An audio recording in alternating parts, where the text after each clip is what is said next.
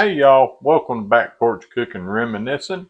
I'm Roger, and as always, we are happy to have y'all here with us today. Today we're going to be making one of our favorite, I guess you could maybe call it Mexican, Tex-Mex, I don't know what you're going to call it, but anyway, what we're going to be making is a Chili Mexican Cornbread Casserole. And we'll be using our Mexican cornbread recipe, and we're going to be using Wolf brand chili with no beans. So y'all sit back, relax, get you something cold to drink, and we're going to get started making this chili cornbread casserole. That rocker keeps a gentle sway to wash the hurry of the day. Mason jar is sweating cold, a story that my south porch told. Pinto pot is on the simmer, that skillet cornbread is a winner. And the sun is dipping low in gold, yeah, the sun is dipping low in gold. All right, y'all, so let's get started mixing up our Mexican cornbread. So we've got 2.5 cups of, we're going to just use the White Lily buttermilk cornmeal mix, self-rising. So that's what we're going to use today. You can use the yellow if you want to. We've got 2.5 cups in here. Okay, to that, we're going to add 2 large eggs. And then we're going to add a 1/2 cup of buttermilk. And we're going to add 1 can of cream style corn. And then we've got I'm going to put about 1/2 of a jalapeno in there.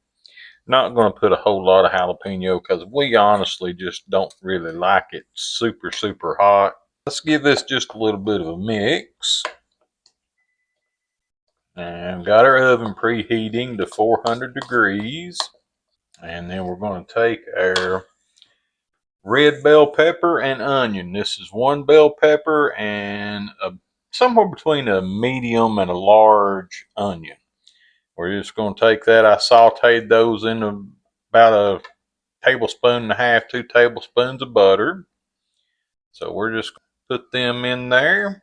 Now let's give that a good stir.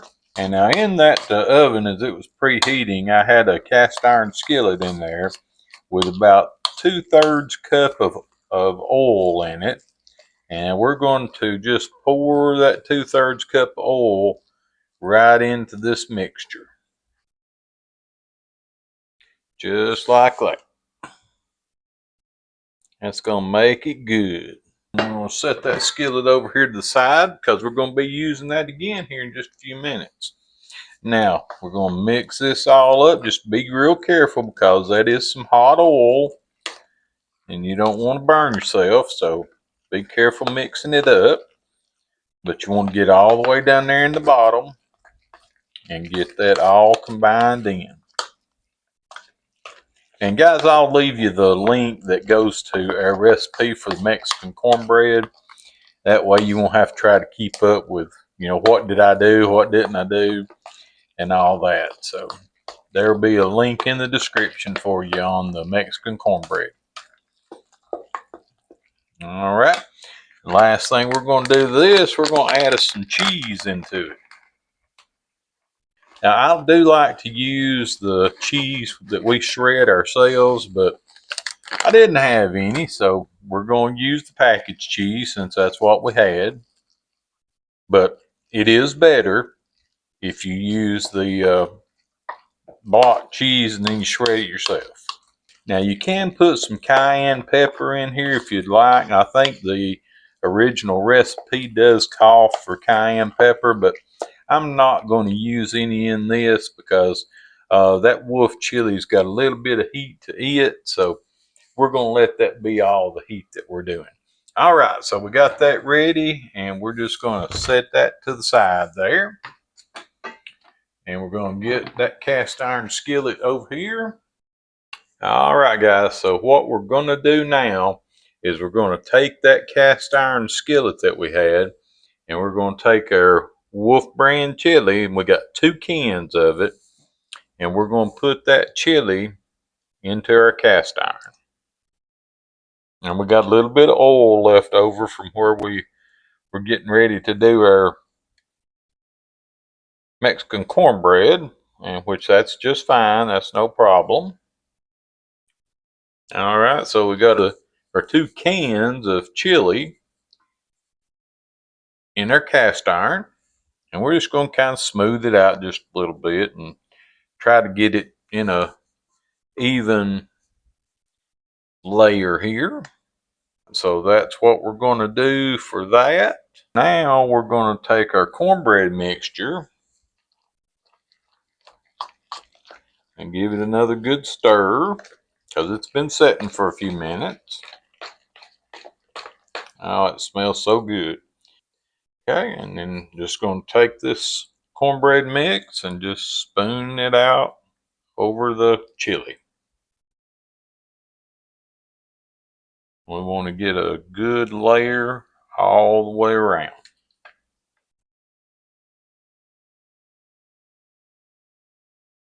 And then some right in the middle.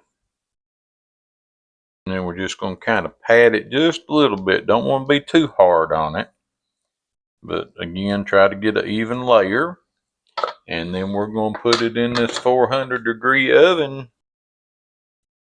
All right, guys, you ready for a little history on the chili cornbread casserole and wolf chili? All right, so here's what I found. Says that there's actually a pretty cool history behind all of this. It's the story of how America took the best of 2 worlds, the humble grit of the South and the bold spice of the Southwest, and mashed them together into what we call convenience cooking.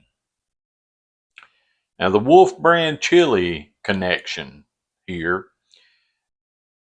started back in 1895 in Corsicana, Texas, when a man named Lyman Davis was selling his own recipe for 5 cents a bowl from a wagon parked next to the Blue Front Saloon. He even named it after his pet wolf, Kaiser Bill. By the 1920s, he started canning it, and it became an instant hit. It's one of those rare things that stayed a constant in Southern pantries for over 100 years. It's the backbone of a lot of emergency meals that turned into family traditions. Now, this whole idea of putting cornbread on top of chili, that actually comes from a dish called tamale pie. Back at the turn of the 20th centuries, tamales were huge as street food, but they were incredibly time-consuming to make, soaking the husk, making the masa, steaming them for hours. American home cooks, who were always looking to save time, essentially said, "What if we just dump all these flavors into a pan and bake it like a pie?" You started seeing recipes for tamale pie in cookbooks across the country. It was the original hack. You got all that Tex-Mex flavor without the all-day work. And the cornbread. Well, that's where the Southern soul comes in. Corn was the absolute staple of the South because it was easy to grow and even easier to grind into meal. Whether it was corn pone, hoe cakes, or the skillet baked bread we're making today, it was the necessity bread of the region. During the Depression and World War II, this casserole became a lifesaver. It was a way to stretch a small amount of meat using the chili as a base and make a whole meal out of cornmeal, which was cheap and filling. It's amazing, really. It is an authentic Mexican food, and it's not gourmet Southern food. It's something else entirely. It's American home cooking at its finest. It's what you make when you want to feed your family something warm, filling, and honest. So when you see that golden crust forming on top of the chili, you aren't just baking a casserole. You're keeping a piece of culinary history alive. A little bit of Texas, a little bit of Southern necessity, and a whole lot of comfort. So just a little history on the chili cornbread casserole and wolf chili. I never knew all that about the wolf chili, so I learned something today myself. So here is our chili Mexican cornbread casserole. Just came out of the oven. It cooked for about, I would say probably 40 to 45 minutes in our oven. Just every oven's a little different, so just keep an eye on it if you're making it, and check it, and you want to take it out when it gets golden brown, just like this one is. Now, this is, of course, piping hot. So we're going to let this sit for probably 15 minutes or so, and then we're going to come back and give it a try. So here's our bowl of chili Mexican cornbread casserole. I'll tell you guys, it sure does smell good, and we're going to give it a taste here and see how it is. So now, before we taste it, I do want to tell you a few little pointers about this. Always be sure that you stick a toothpick in the center of it and check to see if it's done before you take it out of the oven. The other thing is that this recipe is probably going to feed, I'm going to guess, 6 to 8 people. So if you don't need to feed that many people, cut the recipe in half for the cornbread and only use 1 can of chili. And then you can use a smaller baking dish or a cast iron skillet, whichever one you're using. But let it sit up, give it 15 minutes or so to just sit and for everything to cool down and work up together. And so that's about all I can think of to tell you. And so I'm ready to give it a taste. So I got me some here on a spoon. Got some of the cornbread, got some of the chili, and I'm going to give it just a little bit of a blow because it still feels pretty warm to me. Here we go, guys.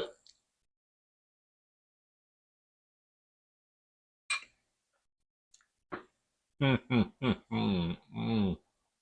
is so good. I'm telling you. That cornbread, the Mexican cornbread, which again, I'll leave you the link to go to our Mexican cornbread. It's out of this world. The chili just sets it off completely. So good together. That's all I can say is that this is a super good dish. I love our Mexican cornbread, but adding this chili to it makes it that much better. And it's a quick and easy recipe. It doesn't take long. It's not very expensive to make. You probably got less than, I'd say, $8 to $10 at the very most if you make the full batch like I did. So guys, I hope you'll make this for your family. Share it with your friends. They're going to love you for it, I promise. And if you haven't already, hit that like and subscribe button for me. We appreciate y'all being here with us, watching our videos. And again, I hope you'll try this recipe because it is one of the good ones. Y'all have a great day, and we'll see you soon.